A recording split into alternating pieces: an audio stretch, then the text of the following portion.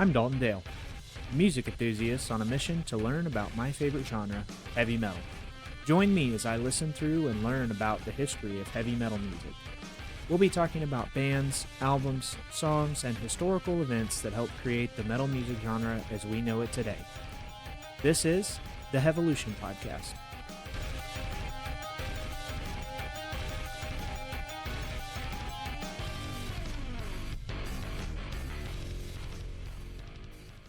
Hey everyone, what's going on? Welcome to the Hevolution Podcast. I am your host, Dalton Dale. It is so good to be back. I took some time off, had some vacation planned, and just took some time away to reset and refresh. I had plans to get back into it and got snapped with a little bit of a head cold this last week. So a bit behind on getting this episode up and going, but I'm here and I'm excited and ready to jump in. I want to give a quick shout out to my man Chris Brisseth for that intro titled Born of Papyrus. That's just a little thing he gifted me. It's been a while since I've said thank you, and I just want to take a moment to say I appreciate that. Go check out his band LOL on Spotify or anywhere you listen to music. It's phonetically LOL, ELOWEL. They're a great emo, early 2000s emo, kind of tooth and nail era, if you're familiar with that sort of sound and style band, and definitely worth giving a listen. They recently played out at Furnace Fest in September, and they're doing some awesome things. So thank you, Chris. I appreciate that. It's a rocking intro, and I've just really fallen in love with it over the process of doing this podcast. So today, let's jump right in. I want to get right to it. I don't want to waste your time because I know what you're here for. You're here for the history of heavy metal. And we are covering that an album at a time, an era at a time, and just really going through the process of trying to understand our roots. I'm a big metalhead, and I just want to know where this stuff comes from. Why does Under Oath write the riffs that they write? Why does Emery write the riffs that they write? Why do bands like Bring Me the Horizon do what they do? How did Linkin Park see so much success, and what inspired them to do what they do, all the way out to, super heavy Rivers of Nile, Born of Osiris, bands like that are more on the death and tech side. Why do these bands do what they do? Why do they sound the way that they sound? And we are in the early 80s in the power metal era, and today I'm covering a very well-known English heavy metal band, Raven. Now, this is my first time covering this band. They really got their start in 1974, and they were pretty big in the new wave of British heavy metal era, but they didn't quite see as much critical acclaim as bands like Iron Maiden and Def Leppard or Motorhead and some of those others. They were really just a small touring band and playing in a lot of bars and pubs like a lot of those early bands did, but never really broke out on the scene. It's the Gallagher brothers who formed it, John and Mark. They've got 15 studio albums, including their newest, All Hell's Breaking Loose, and that was released earlier this year. So these guys are still writing music, John and Mark, and then they've got they've gone through a couple different drummers due to some unfortunate, I think one of their drummers passed, and they've had some other just cyclings like most bands with this kind of longevity have. They, like I said, played a fairly integral role in the new wave of British heavy metal scene, but it wasn't until the early 80s and beyond that they started to gain more notoriety and fans in the US. They were signed to a smaller label in the UK and stayed with that label for their first couple albums. Neat Noise, I believe, was the name of the record label. And again, just did some small tours. They had a couple albums that did pretty well, and but never really charted or anything like that. It got them some tours across Europe, Italy, and the Netherlands and things like that, but they were just still really small. They never really broke out uh, beyond the UK up until they put out the album that we're covering today. Um, Once they got some more notoriety and fans in the US, they ended up being able to sign a record deal with Megaforce Records, which was Johnny Zazula or Johnny Z. To kind of kick that back a little bit, they were a smaller independent label that helped put out Metallica's Kill 'Em All album. That was the album that we covered a few weeks back. It was the first Metallica album ever put out. It's the first Metallica album I've ever listened to top to bottom. And Johnny Z got wind of those guys and put that out. That he found out about Raven and some of their stuff started to make its way to the States. And he wanted to get them on a US record deal because he felt like their sound and their style would do really, really well. And then he helped them put out the album that we're covering today, All for One. Ultimately, they went on beyond this album and they signed a major record label with Atlantic Records. That was the whole point that Johnny Z was trying to help with, was he felt like they were major label ready. He felt like they were major label material and he wanted to get them into the States and kind of help springboard them into a major label, and he was successful with that. They signed with Atlantic Records and they've continued touring and recording on various labels ever since. Now, reading in my book, The Sound of the Beast, it talks about how once they signed with Atlantic, things got really tough for Raven. They wanted to write catchier hooks. They wanted to write, better, a little bit better music. They just wanted to push themselves.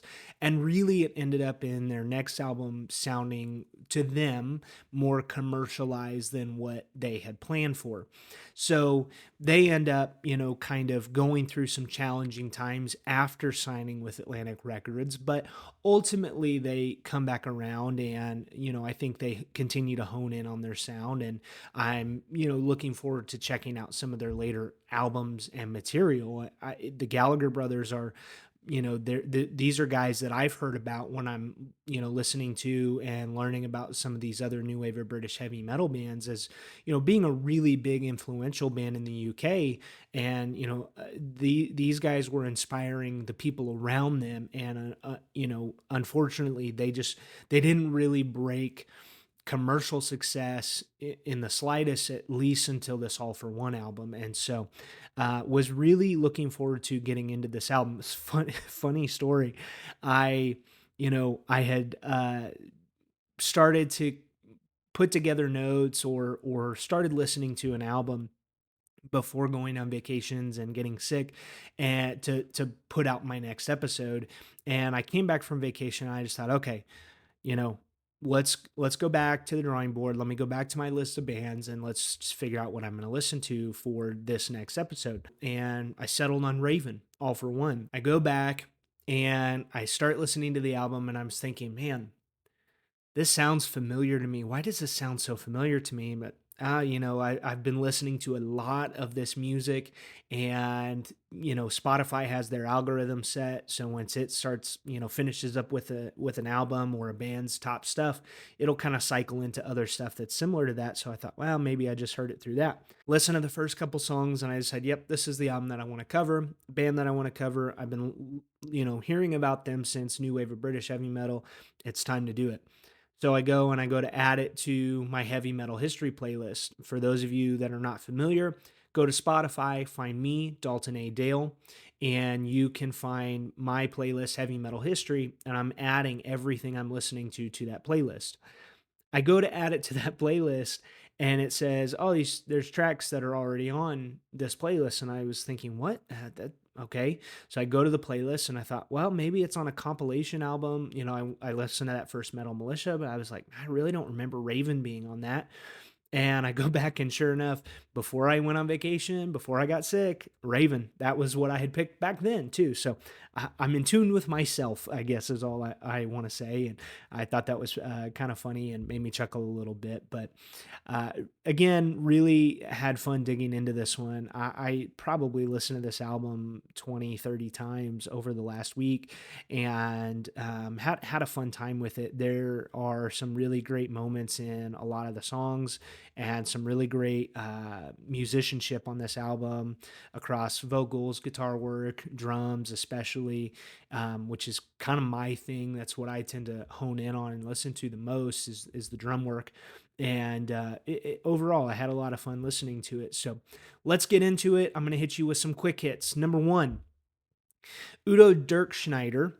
He's a vocalist from another popular power metal band, except he was featured on a couple of bonus tracks for this album. One of those was a cover of Born to Be Wild by the German rockers Steppenwolf. Steppenwolf, for those of you who are unfamiliar, Born to Be Wild was really their most major hit, but they produced and were started by the Schenker brothers. Michael Schenker, in particular, guitarist, ended up with the band UFO. That's a band that I covered early on in my TikTok series. Lights Out, specifically, was the album that I listened to, and now performs with Michael Schenker Group, sort of a solo group that he has, sort of a group of musicians that tours and plays various songs with him.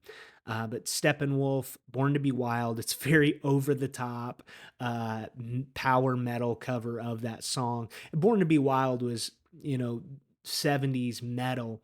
A lot of people sort of credit that for coining the term heavy metal, but it's actually it's a misnomer in that point, because this was referring to heavy metal in terms of it was motorcycles, and they were talking about it was heavy metal thunder, and it was referring to the revving of the engines of the motorcycle. So it really didn't have anything to do with music at that point in time, but they, Raven definitely did it justice, and again, very over the top, and very, very power metal.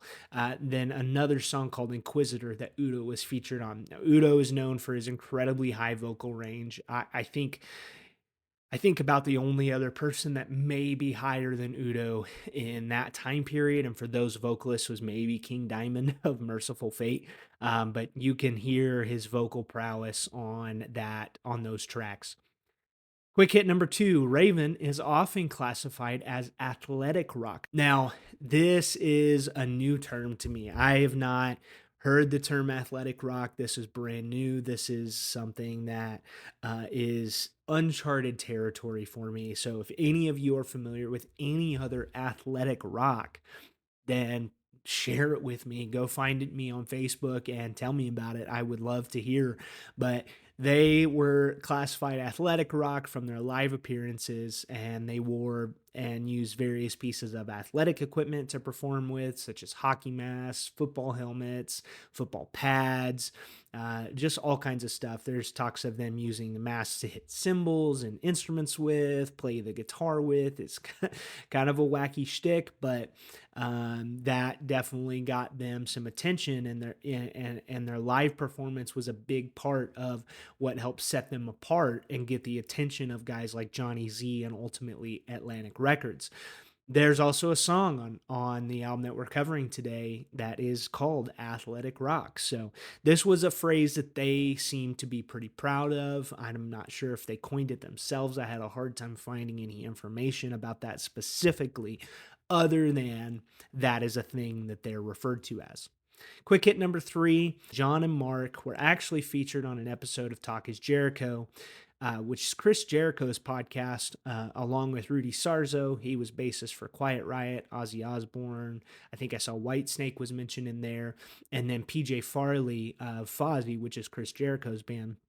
Chris Jericho has a podcast, and he just talks about wrestling mostly, as that's the bulk of his career. But for those not familiar, he has a band called Fozzy. I think they recently hung it up, if I remember correctly, and he decided he was going to stop touring. But they've even been to Springfield, where I'm at.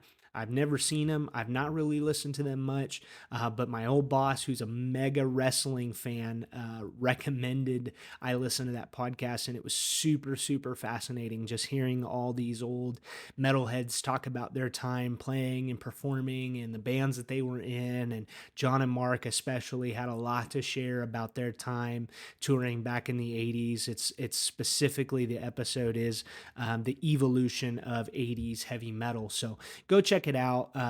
Talk is Jericho. Really, really interesting episode, especially if you are a fan of 80s heavy metal at all. All right, so let's jump into the album. I've got some notes on some of the tracks, but as always, go find this. Find it on the Heavy Metal History playlist.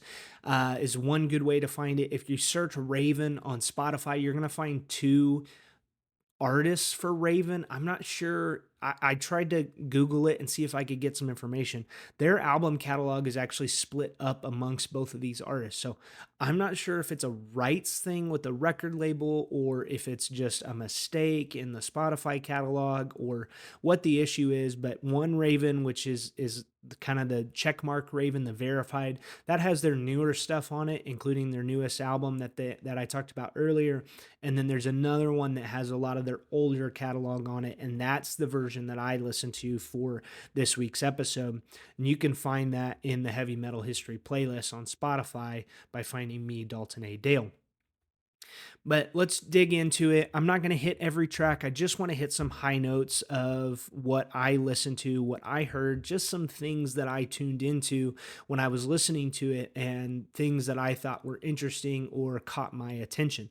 Mind Over Metal, there are some serious Iron Maiden vibes to this. It took me a while to figure out exactly what it was that I was hearing that made me feel so reminiscent of Iron Maiden, but I think I landed on that it's sort of the clangy sounding guitars. The way that the strings are being strummed sounds very loose and sort of, I don't know another way to describe it besides clangy. And it's got a very upbeat driving rhythm. There's a lot of down picking on the guitar parts, which for those that are not as familiar with instrumental terms, down picking would be like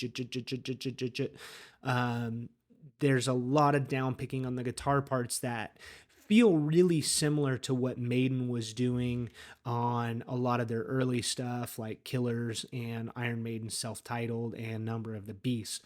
They've got a lot of songs where that down picking was really, really present. And again, it has sort of that clangy sound to it. It's like a loose string, and it's not really like a tight down picking.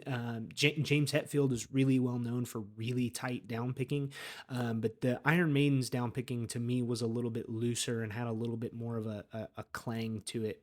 You can almost like hear it hitting the strings and vibrating, and hear the pick vibrating against the strings, so to speak. And so Mind Over Metal definitely has that sort of vibe to it. In the chorus, you can hear John just really showcase his upper register right out of the gate. So they're coming out strong. This is the second track on the album. Both the first two tracks on the album are both pretty hard hitting tracks. Then you move into Sledgehammer Rock, and this one it felt a bit out of character to me, but I haven't listened to Raven's first two albums, but just knowing their history and they're traveling through pubs in the UK and just doing a lot of bars. To me, this feels like a jam for a bar show. I was listening to it and I felt like I should have had a beer bottle in my hand, raising it up, just singing along with the band, Sledgehammer Rock. It just had that sort of bar rock vibe to it, almost a jam band vibe to it. So again, felt a little bit not power metal, but I think it was just sort of them harkening back to their early days of just getting through pubs and really just rocking out gigs and trying to get everybody to join along with them. All for One, the All for One intro, there's this I heard it tonight, actually listening and prepping for this episode. I I hadn't picked up on this before. There's a really cool sort of syncopated drum and guitar part, and it reminds me of something that some modern bands do, where the drums are driving the main beat, and then there's these sort of single guitar strokes on the upbeat. So you've got the drums, and they're just sort of, and then in the breaks, at the turn of the bar, you would have like with the guitar part. And so, and then you get these sort of cymbal hits that come with that. And again, it reminds me a little bit of what some modern metal bands do when they're trying to break up some parts, and they're just got the drums driving something, and then these just sort of single note guitar riffs. And then you kind of move into the verse, and some of the guitar chords in the verses, they almost sound a little bit like reused punk chords, the way that they're shaped and sound. I'm not a guitarist, I'm not a note guy, so like for me, I can't really articulate or explain what that means. It's just what it sounds like to me from everything that I've listened to in my catalog. But they have just sort of this punk sound to it, and then you get into the chorus, and there's this sort of tom driven beat, like so tom on the drums for non-musicians are not your typical, like where you would hear on the downbeats where you'd hear like it's not that sound. It's more the boo doo doo doo doo doo doo doo. Those are the toms, and the chorus has this sort of doom doom doom, and it's got this again, it's got this sort of punk vibe to it. So I thought that was really interesting to me. I'm not sure if that's sort of like a Sex Pistols driven thing. I know they were a really big UK punk band, or really where that derives from for Raven specifically, or even where some of those beats derive from within musical history. But I know that I've heard it in a lot more of that punk, late '70s punk that came out shortly before this. Moving into Run Silent, Run Deep at the 2 minute 27 second mark, there is a really big tempo change, and all of a sudden it goes into this really dark sounding instrumental section, and there is a very Sabbath like quality to the tone. Black Sabbath is what I mean there. Go listen to it, find that mark. It just got that sort of eerie doom sounding instrumental piece to it, and I thought that that was really cool. Hung, drawn, and quartered. This one was just silly to me. It the I At 3 minutes and 8 seconds. It happens before that, but I was listening to the whole thing, and that's where I heard it first. But there's this sort of Humpty Dumpty lyric in it, and it's all the king's horses and all the king's men couldn't put me back together again. Go listen to it. I promise you, it was I super caught me off guard, and I just listening through the song, doing my work, and all of a sudden I hear that, and it made me laugh. So I had to make a note of it. Break the Chain. We're on to like the seventh song on the album. Break the Chain has it feels a little bit similar to me to like some of ACDC's lighter stuff. There's there's a really interesting tremolo in the guitar riff. So a tremolo is again, for the non-musicians, I'm trying to do better here. I get feedback from my wife on all of these episodes, and one of the things that she talks to me about is, hey, not everybody is a musician. Not everybody listens to this stuff. So, take some time and explain some of these terms and things that you're doing. And so I have to stop, and I have to remind myself, hey, that there's a broad audience here, and that I'm using terms that maybe not everybody's familiar with. So a tremolo is it's sort of a finger tap on the neck of the guitar against a single note usually, and it sort of sounds like and you'll kind of hear that, go listen to, a lot of your rock music, a lot of your metal music. It's more common than what you think, but they definitely introduce some tremolos into this intro guitar riff, and the overall vibe to the Break the Chain is it's just a pretty straightforward rock, and then they've got some power metal vocals that kind of come in over the top. And I really think that the use of tremolo in this is kind of it feels a bit experimental to me. I don't recall hearing a lot of tremolo work prior to this album. That's not to say that it's not there. It's just to say that my ears didn't tune into it maybe as much in previous listens to some other bands and albums. And then we're going to wrap up the album and my notes and points on it with a couple other songs. But All for One also features a song called Seek and Destroy. This is exactly like their label mates Metallica.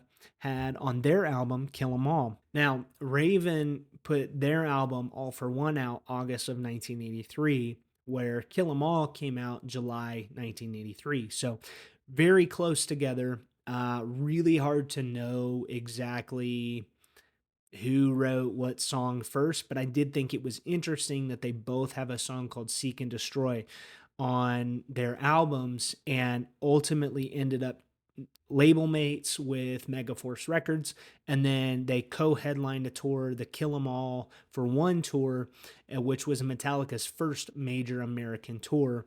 And they talk about it in the book Sound of the Beast. John talks about how it was pretty rough, some of the gigs, but some of the shows that they played were sold out to thousands of people, and some of them were maybe 1,000 people at best. And so, but that was pretty again, interesting to me in that they both had that album. Metallica still plays Seek and Destroy to this day.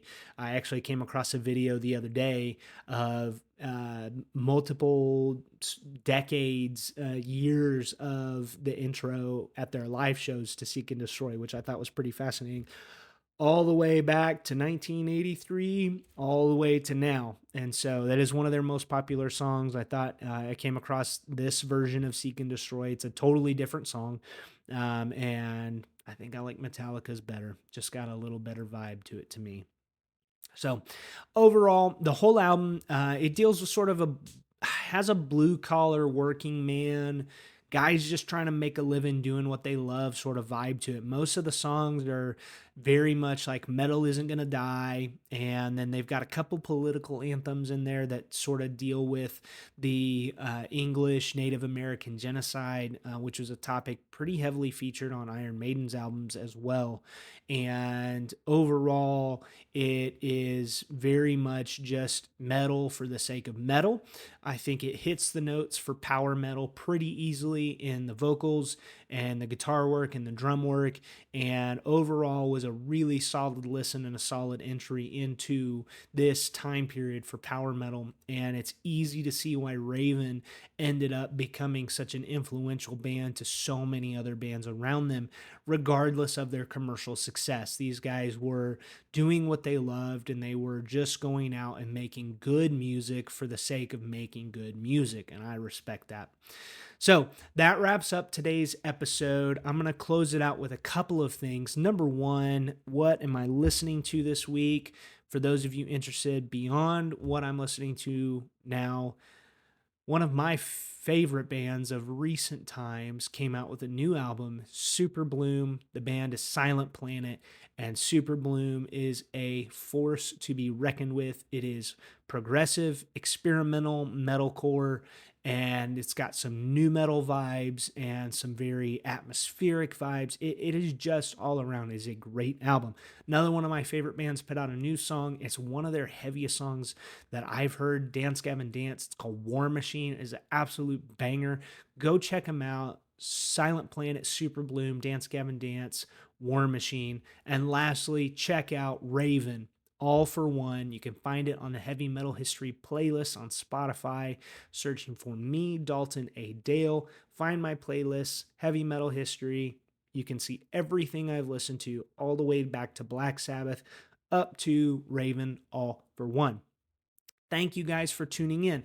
Last note, for those of you watching the video podcast, I had some shirts made. Now, I've just got a few made right now.